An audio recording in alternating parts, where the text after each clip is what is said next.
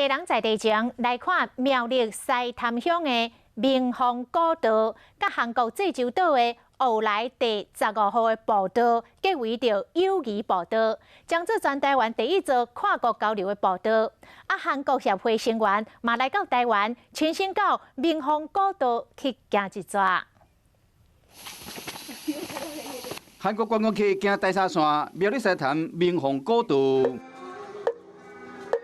伊嘛参加西潭乡地景艺术节的活动，感受客家庄的水。明丰古道较早是采竹仔出樟脑样的所在，古道结合竹仔甲樟做一个大木鱼。西潭地景艺术总共4件作品，三件伫明丰古道前，一件伫前路古道入口。因为明丰古道甲韩国济州岛的5来第15号步道缔结为友谊步道。